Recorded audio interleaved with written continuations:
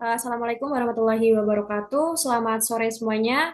Kami dari kelompok 5 di sini akan mempresentasikan hasil diskusi kami tentang materi yaitu desain dan analisis survei, yaitu mengenai sampling frame, bias sampel, dan bias non-response weighting. Sebelumnya, perkenalkan anggota kelompok kami, saya Devi Firmasari dengan di belakang 454 dan teman-teman saya.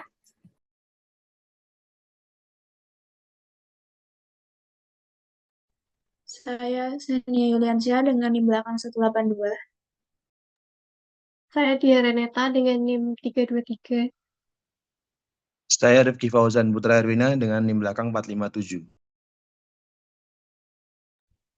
Nah, eh, baik, kami dari kelompok 5 akan membahas di mana poin pembahasannya yaitu adalah tentang sampling frame, bias sampel, dan adanya bias non-response weighting, yang di mana materi pertama akan disampaikan oleh teman.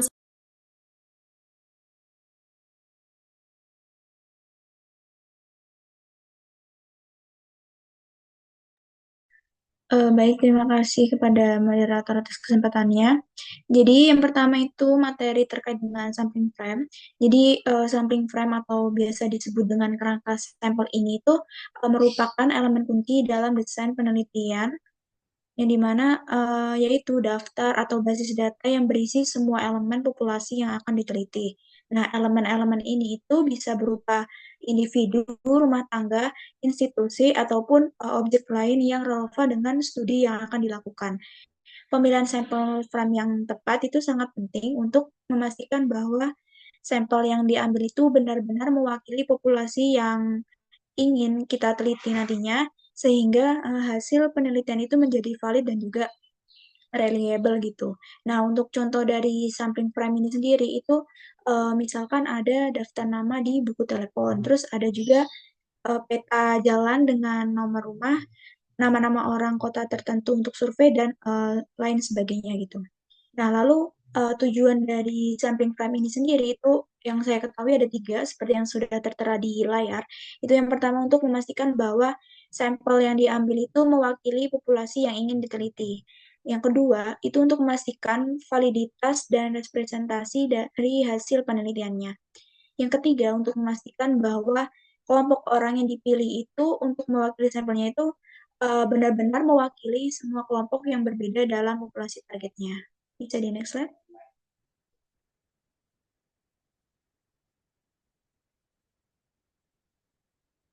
Jadi untuk memenuhi tujuan dari sampling frame tadi yang sudah saya sebutkan itu, jadi si sampling frame ini juga haruslah sesuai dengan karakteristik sampel yang baik itu sendiri. Yang dimana untuk karakteristiknya itu sendiri ada beberapa. Yang pertama itu ada inklusivitas, yang dimana kerangka sampel ini harus mencakup seluruh anggota populasi target yang relevan dengan tujuan penelitian. Yang dimana dengan demikian tidak ada kelompok penting yang terlewat sehingga mengurangi potensi bias dalam pemilihan sampel nantinya.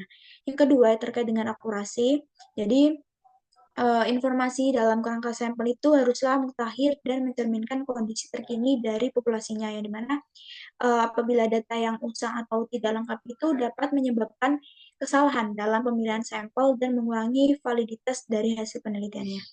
Nah, yang ketiga itu ada keunikan, yang dimana setiap elemen dalam kerangka sampel itu haruslah unik dan tidak boleh ada duplikasi. Yang dimana duplikasi itu dapat menyebabkan beberapa elemen itu memiliki peluang lebih besar untuk terpilih yang dapat mengganggu representativitas dari sampelnya.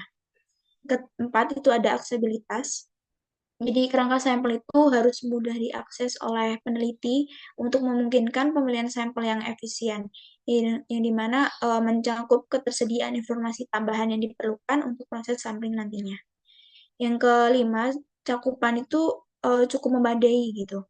Yang keenam terus ada keandalan, serta yang terakhir itu terkait dengan privasi dan kerahasiaannya. Jadi kerangka sampel ini harus memenuhi standar etika dan juga hukum terkait dengan privasi dan juga kerahasiaannya si data tersebut gitu. Yang dimana informasi pribadi dalam kerangka sampel itu harus dilindungi untuk menjaga kepercayaan responden dan integritas dari penelitian itu sendiri. Selanjutnya bisa di next moderator. Nah, lalu ada tantangan dalam menentukan sampling frame dan strategi untuk mengatasinya bagaimana.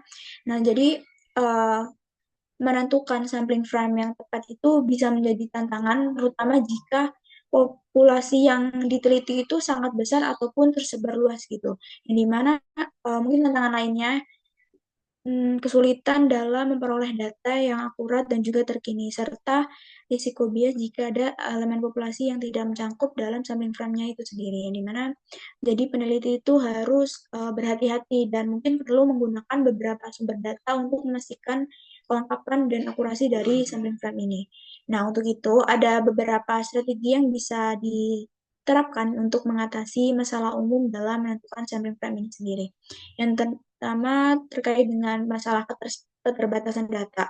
Jadi eh, data mungkin tidak lengkap ataupun tidak mutakhir gitu kan, yang dimana tidak mencakup seluruh populasi yang diinginkan. Jadi untuk mengatasi hal ini itu peneliti dapat mencari sumber data tambahan atau menggabungkan beberapa database untuk menciptakan sampling frame yang lebih komprehensif.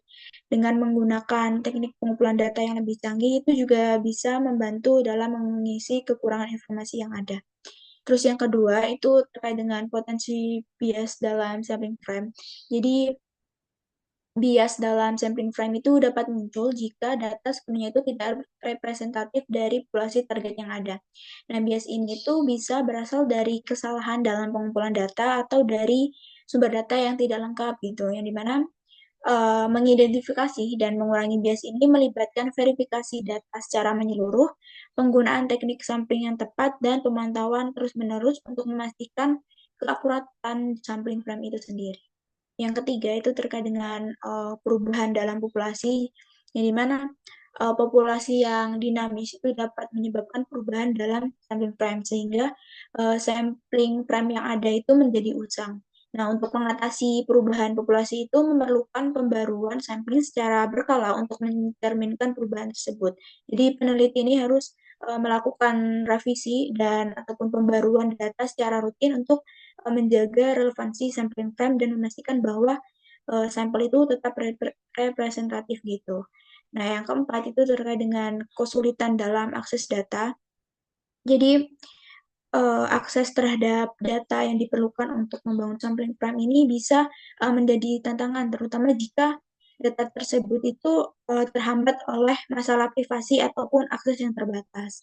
Jadi peneliti itu harus mencari alternatif lain untuk memperoleh data, misalkan bisa bekerja sama dengan lembaga ataupun organisasi yang memiliki akses ke informasi yang dibutuhkan tersebut. Seperti itu.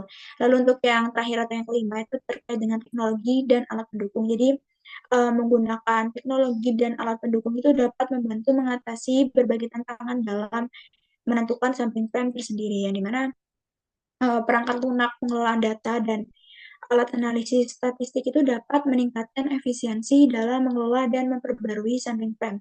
Selain itu, teknologi baru dapat memberikan metode yang lebih tepat, akurat, dan cepat dalam pengumpulan serta pemrosesan data nantinya.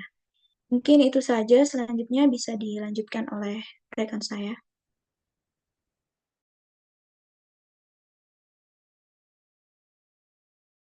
Oke, mungkin selanjutnya yaitu ada jenis-jenis dari sampling frame, kerangka sampel. Yang pertama itu ada kerangka sampel berbasis daftar, yaitu jenis kerangka ini adalah daftar individu yang mewakili populasi sasaran. Biasanya berupa basis data yang sudah ada sebelumnya, seperti pelanggan yang terlibat, menggunakan daftar atau basis data yang sudah ada sebelumnya yang mewakili populasi sasaran. Contohnya termasuk daftar pemilih terdaftar, basis data pelanggan, daftar siswa, atau direktori keanggotaan suatu organisasi. Kerangka sampel berbasis daftar menyediakan daftar individu atau unit yang terstruktur dan komprehensif yang darinya simpel dapat dipilih. Yang kedua, kerangka sampel berbasis lokasi, yaitu umumnya digunakan dalam survei atau penelitian yang memerlukan sampel representatif dari wilayah geografis tertentu, yang mana merujuk pada daftar yang disusun berdasarkan lokasi geografis umum dari populasi sasaran. Misalnya, jika penelitian dilakukan orang-orang yang tinggal di daerah aliran sungai, lokasi geografis, mereka akan jadi dasar bagi populasi tersebut. Jenis kerangka sampel ini umumnya digunakan dalam survei atau penelitian yang memerlukan sampel representatif dari wilayah geografis tertentu. Mungkin next.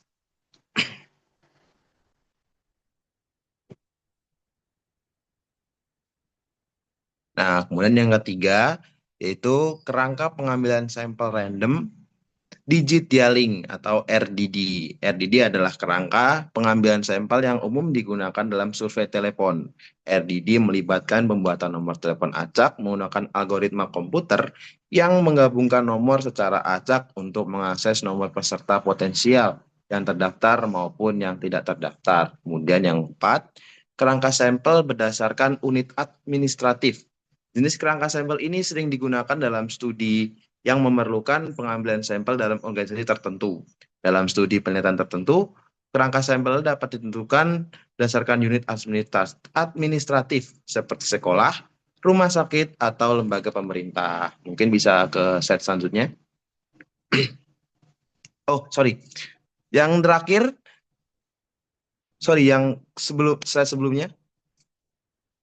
Nah, kemudian yang terakhir, kerangka sampel berbasis peristiwa atau berbasis waktu. Dalam beberapa penelitian, kerangka sampel dapat ditentukan oleh peristiwa tertentu, misalnya peserta pelatihan atau webinar. Nah, baru slide berikutnya.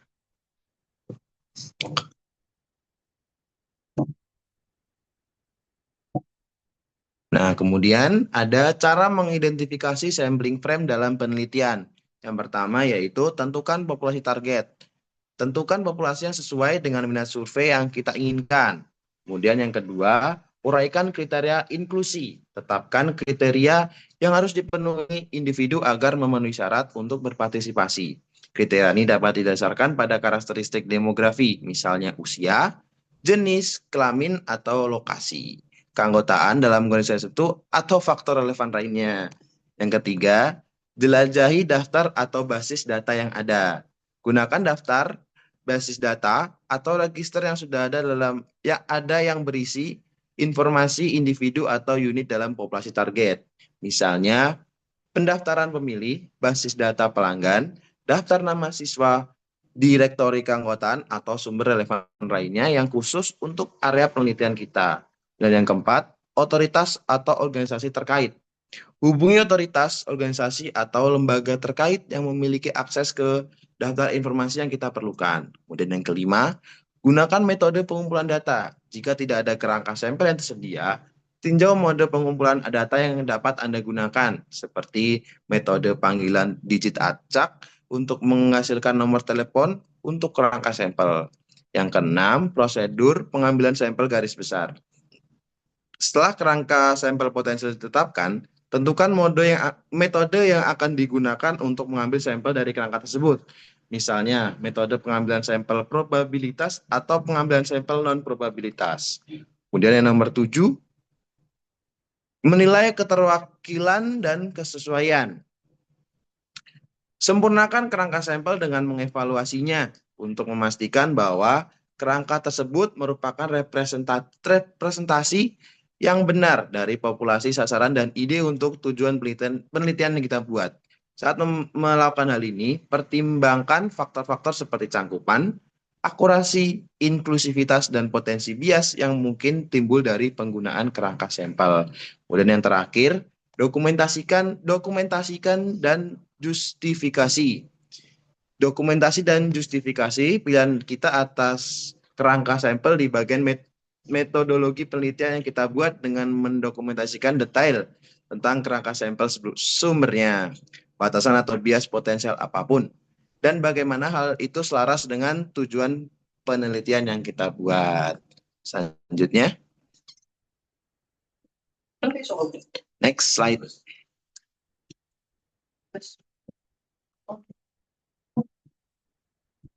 Nah, kemudian ada keuntungan menggunakan sampling. Oh, belum. Sorry.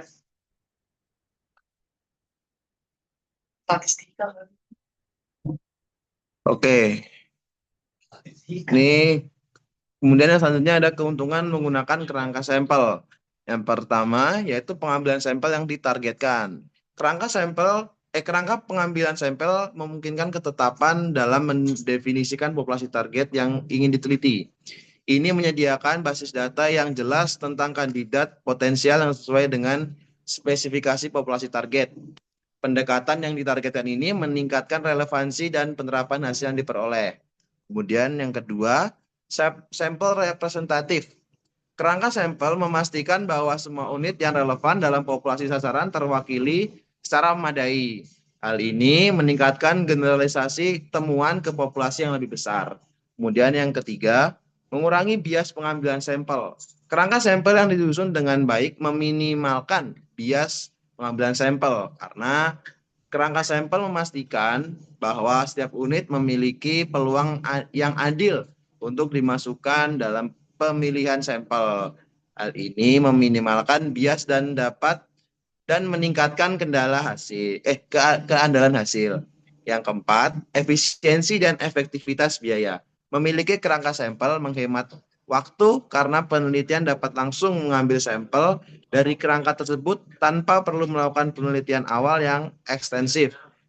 Efisiensi ini menghemat biaya dan penelitian dapat meluangkan waktu untuk fokus pada aspek yang lebih teknis seperti analisis dan interpretasi data. Kemudian yang kelima, ada studi longitudinal. Kerangka sampel sangat baik untuk studi yang melacak individu yang sama selama suatu periode. Jadi, kerangka sampel mudah untuk menemukan dan menghubungi responden untuk pengumpulan data berikutnya. Kemudian yang keenam, akses ke informasi kontak.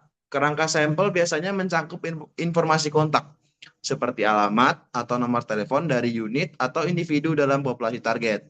Informasi ini memudahkan peneliti untuk menghubungi calon partisipan. Hal ini meningkatkan tingkat respon dan meminimalkan bias no respon karena Anda dapat menghubungi partisipan yang berniat untuk berpartisipasi dalam survei. Kemudian yang ketujuh, dokumentasi dan transparansi.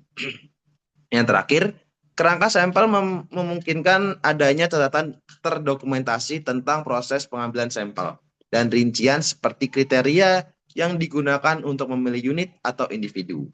Hal ini membuat proses penyusunan kerangka menjadi transparan dan penelitian lain memiliki akses ke proses kerangka sampel untuk memvalidasi temuan dan juga mengulangi proses tersebut bila diperlukan. Mungkin bisa ke next slide. Oke. Baik, materi selanjutnya akan diteruskan oleh teman saya. Baik teman-teman, selanjutnya kita masuk ke materi yaitu adalah bias sampel. Yang dimana di sini tuh bias sampel itu adalah suatu proses yang dimana penyimpulannya itu setiap tahap penelitian yang cenderung menghasilkan kesimpulan yang berbeda secara sistematis dari kebenaran yang sebenarnya. Jadi bias sampel ini tuh bisa dikatakan bahwa terdapat adanya perbedaan dalam kesalahan teknik untuk mengambil kesimpulan pada sebuah teknik sampling gitu.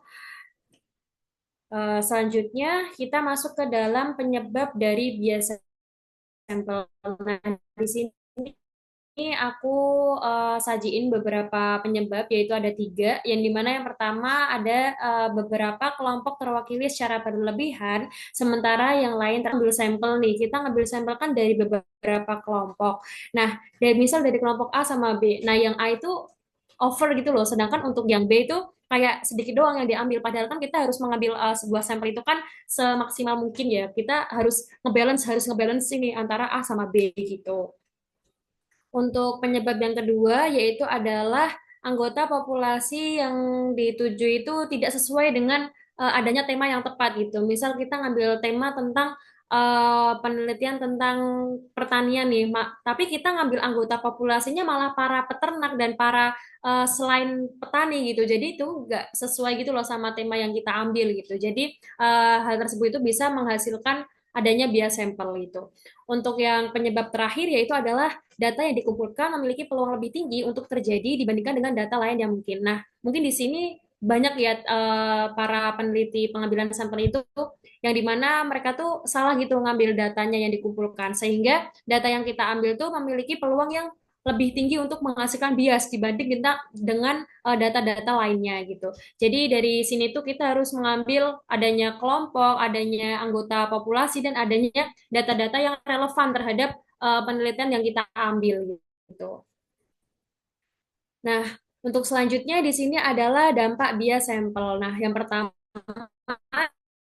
ada merusak keakuratan dan validitas temuan penelitian. Jadi kesalahan tersebut tuh bakal merusak tentang keakuratan data yang kita ambil dari temuan tersebut gitu, sehingga hal itu akan merembet ke hal-hal lainnya yang dimana dalam dampak kedua adanya kesalahan dalam interpretasi dan pengambilan keputusan. Ketika kita sudah mengambil kesimpulan yang salah nih, pastinya kita juga ngambil keputusannya pun itu akan tetap salah karena kan emang dari awal kita udah salah gitu.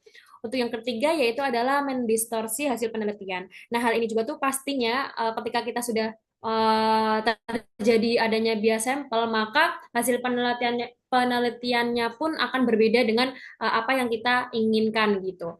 Untuk yang keempat yaitu adalah validitas eksternal yang dikurangi, bahwa di sini hal eksternal yang kita ambil juga pun akan terpengaruh dengan adanya bias sampel ini gitu. Dan untuk yang terakhir yaitu adalah pertimbangan etis, yang dimana di sini tuh masih berkaitan dengan adanya pengambilan keputusan. Nanti kita bakal salah gitu untuk tentang pengambilan etis yang kita ambil gitu. Nah, gimana sih cara menghindari bias sampel ini gitu? Nah, yang pertama yaitu adalah menentukan populasi dan kerangka sampel. Ya, dimana sudah saya jelaskan tadi tentang adanya pengambilan populasi anggota, yang dimana hal tersebut itu harus sesuai dengan tema penelitian yang kita ambil gitu. Untuk yang kedua yaitu adalah jaga durasi survei tetap masuk akal. Jadi untuk pengambilan sampel ini pun kita harus memperhitungkan waktu juga, teman-teman, nggak bisa kayak bentar doang atau bahkan kayak berperiode-periode gitu tuh, jangan over dan jangan kurang gitulah. Seharusnya kita harus memaksimalkan untuk pengambilan sampel itu secara semaksimal mungkin gitu. Untuk yang ketiga yaitu adalah berikan responden kesempatan untuk berpartisipasi. Nah, hal ini tuh kita ngasih apa namanya kesempatan buat para responden yang sesuai dengan tema pengambilan sampel kita, sehingga dalam hal penelitian ini tuh kita nggak kayak ngandelin dari internal internal doang gitu, tapi kita juga memberi kesempatan lah untuk eksternal juga untuk berpartisipasi dalam pengambilan sampel yang akan kita pakai di penelitian kita gitu. Selanjutnya yaitu adalah pengambilan sampel secara sistematis, yang dimana di sini tuh maksudnya yaitu kita ngambil sampel itu secara sistematis, jangan kayak acak-acakan gitu, bahwa dengan anggota populasinya atau dengan apa data-datanya juga itu harus sesuai dengan sampel yang akan kita ambil gitu.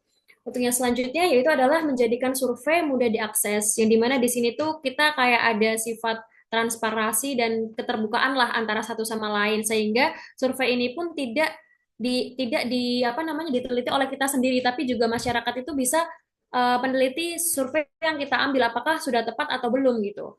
Untuk yang selanjutnya yaitu adalah menindaklanjuti, yang dimana menindaklanjuti di sini adalah ketika kita mengambil adanya sampel kita terjadi bias gitu tuh, kita harus mengevaluasinya lagi apakah hasil yang kita ambil tuh udah benar atau belum nih gitu. Kalau misal belum benar gitu kan kita harus mengevaluasinya lagi dari yang awal hingga akhir gitu. Nah, selanjutnya di sini adalah jenis-jenis bias sampel, yang dimana di sini aku ngasih 4 doang ya jenis sampelnya, yaitu yang pertama ada bias seleksi, teman-teman. Jadi bias seleksi itu merupakan bias yang terjadi ketika sampel tidak mewakili populasi. Jadi di mana kita tuh udah ngambil bias nih, tapi dalam seleksi populasinya tuh kita salah gitu. Jadi hal itu tuh merupakan salah satu jenis, yaitu di mana namanya bias seleksi. Untuk yang kedua yaitu adalah bias pelaporan. Di sini tuh bias pelaporan ketika kita mengambil suatu penelitian, biasnya itu di mana biasnya itu adalah informasi yang tidak akurat atau tidak lengkap. Jadi untuk kesalahannya itu ada pada data yang kita ambil gitu. Nah, selanjutnya yaitu adalah bias pengukuran. Nah, bias pengukuran di sini itu terjadi ketika data yang dikumpulkan tidak akurat atau tidak lengkap. Jadi kalau misal pelaporan tadi kan ada di informasi gitu, ada kayak di pelaporan gitu. Sedangkan untuk pengukurannya itu ada pada data yang kita kumpulin. Nah, selanjutnya yang akan kita bahas yaitu adalah bias non-respon. Yang di mana bias non-respon itu adalah terjadi ketika beberapa anggota populasi tidak menanggapi survei sehingga sampel itu tidak representatif. Jadi yang sudah saya katakan tadi yang di mana pengambilan sampel ini harus melibatkan pihak eksternal juga untuk mengetahui hasil dari penelitian kita apakah benar atau enggak gitu. Nah, untuk selanjutnya akan dibahas oleh teman saya tentang bias non-respon.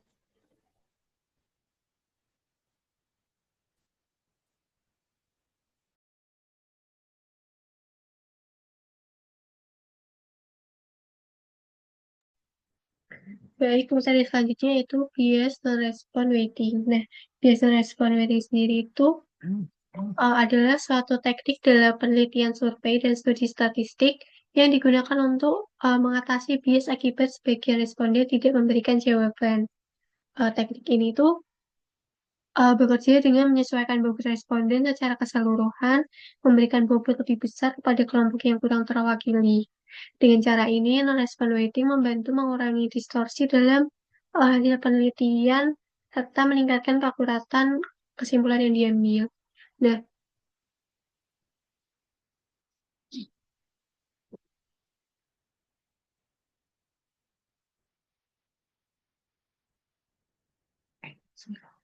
nah, untuk masih slide sebelumnya. Nah, untuk jenis bias non-response itu ada yang kedua, ada dua. Yang satu tuh non-response item dan yang kedua non-response unit. Nah, untuk yang pertama, non-response item yaitu terjadi ketika responden melewatkan beberapa pertanyaan dalam survei tetapi tetap menjawab sebagian besar lainnya. Ini bisa terjadi karena pertanyaannya itu dianggap sensitif, responden tidak tahu jawabannya ataupun ada kendala teknis. Yang kedua, non-response unit yaitu terjadi ketika seorang yang menjadi sampel tidak memberikan jawaban sama sekali terhadap survei. Penyebabnya yaitu bisa karena responden sulit dihubungi, tidak mau berpartisipasi, atau ada kendala teknis. Next.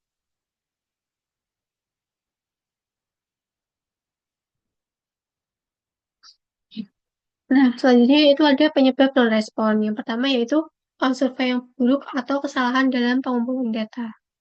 Jika pertanyaan dalam survei terlalu rumit atau terlalu panjang, responden bisa saja kehilangan minat untuk menjawabnya. Oleh karena itu, survei harus dibuat sederhana, jelas, dan langsung kepada inti permasalahannya. Yang kedua, target audiens yang salah.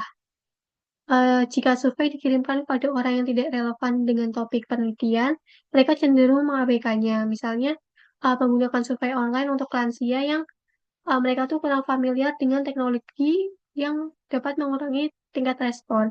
Maka penting untuk kita memastikan survei itu dikirim ke audiens yang sesuai. Yang ketiga yaitu ketidakmampuan untuk menghubungi responden potensial. Beberapa responden mungkin sulit dihubungi karena perubahan alamat, nomor telepon, ataupun kesalahan pencatatan data. Keterbatasan akses terhadap internet di daerah tertentu juga dapat menjadi kendala dalam pengumpulan data secara online. Next.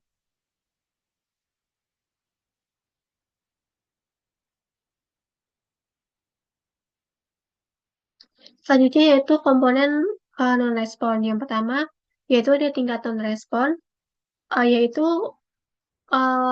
seberapa banyak orang yang tidak memberikan jawaban dibandingkan dengan total sampel yang dipilih. Semakin tinggi tingkat non-respon, maka semakin besar potensi bias dalam hasil penelitian. Yang kedua yaitu perbedaan antara responden dan non-responden. Hal ini tuh mengacu pada kemungkinan mereka yang tidak merespon memiliki pandangan yang berbeda dengan mereka yang merespon. Jika misal ada 14 perbedaan yang signifikan, maka hasil survei bisa menjadi tidak representatif dan rentan terhadap bias non-respon.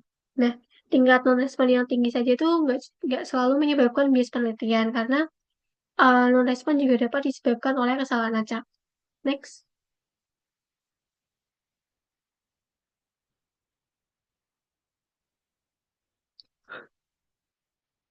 Selanjutnya yaitu ada masalah-masalah bias non-respon. Yang pertama, ukuran sampel yang diperoleh tidak sesuai dengan ukuran sampel yang diinginkan. Nah, jika banyak responden yang tidak menjawab, jumlah data yang dikumpulkan maka akan jadi lebih sedikit dari yang dibutuhkan, sehingga penelitiannya jadi tidak akurat. Yang kedua, dari hasil penelitian tidak mewakili populasi target. Jika sampel yang didapatkan tidak mencerminkan populasi sebenarnya, maka kesimpulan penelitian juga bisa menjadi bias atau kurang valid. Yang ketiga yaitu peneliti harus merancang prosedur pengumpulan data yang lebih rumit atau memakan waktu untuk mencapai tingkat respon dan ukuran sampel yang diperlukan. Nah, untuk mengatasi bias ini, peneliti mungkin dapat menghabiskan lebih banyak waktu dan biaya dalam menyusun strategi pengumpulan data yang lebih efektif. Next.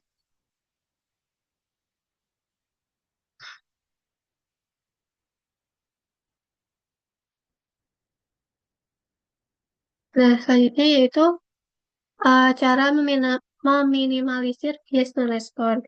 Nah, di sini ada dua cara. Yang pertama yaitu selama pengumpulan data. Yang pertama, memberikan insentif baik berupa uang atau hadiah lainnya. Nah, mungkin hadiah atau undian itu bisa digunakan sebagai motivasi responden untuk berpartisipasi. Yang kedua, ada mempertimbangkan cara menghubungi unit sampel dan apa yang paling sesuai untuk penelitian. Nah, ini tuh bisa menyesuaikan cara menghubungi responden seperti wawancara langsung atau online. Yang ketiga, memastikan anonimitas responden dan memberikan pertimbangan etis. Itu tuh kita harus memastikan bahwa responden tuh merasa aman dengan kerahasiaan data mereka. Yang keempat, menjaga pengumpulan data tetap fleksibel. Eh, jadi pengumpulan data ini tuh bisa dilakukan secara online ataupun offline untuk menjangkau lebih banyak responden. Yang kelima, mengirim reminder, yaitu dengan mengingatkan responden melalui email, telepon, ataupun chat. Yang terakhir, jadikan partisipan sebagai masih slide sebelumnya. Nah, yang terakhir, jadikan partisipan sebagai kewajiban, bukan sukarela. Nah, survei yang kedua yaitu selama analisis data. Yang pertama, membandingkan responden awal dengan responden akhir. Ini tuh responden yang menjawab. Nah, ini biasanya responden yang terlambat menjawab itu sering mirip dengan yang tidak merespon.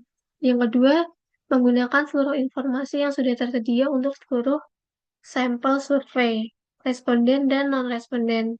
Nah, analisis data yang sudah tersedia digunakan untuk memahami karakteristik non-responden. Yang terakhir, menggunakan survei lanjutan untuk mengumpulkan beberapa variabel kunci.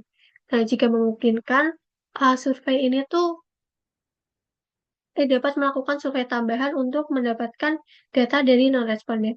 Next.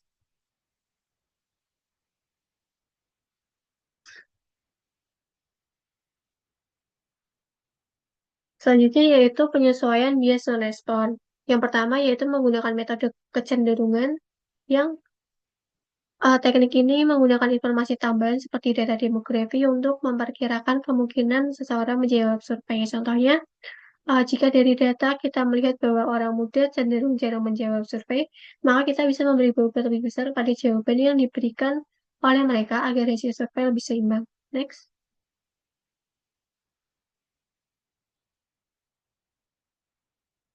Yang kedua yaitu metode kalibrasi. Metode ini tuh menggunakan data dari sumber lain, misalnya data sensus, untuk memastikan bahwa hasil survei mencerminkan karakteristik populasi sebenarnya.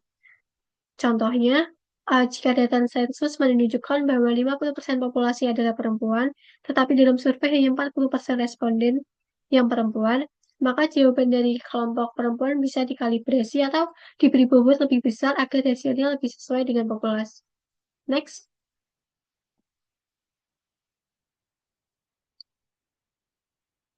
Materi selanjutnya akan dijelaskan oleh teman saya.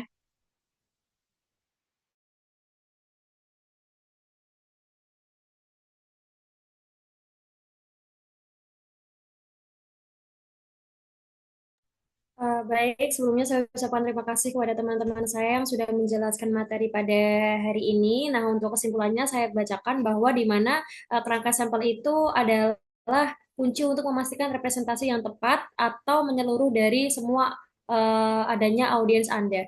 Nah, ini tuh adalah salah satu cara untuk memastikan bahwa uh, kelompok orang yang dipilih untuk mewakili populasi itu sudah benar-benar terwakili semuanya gitu.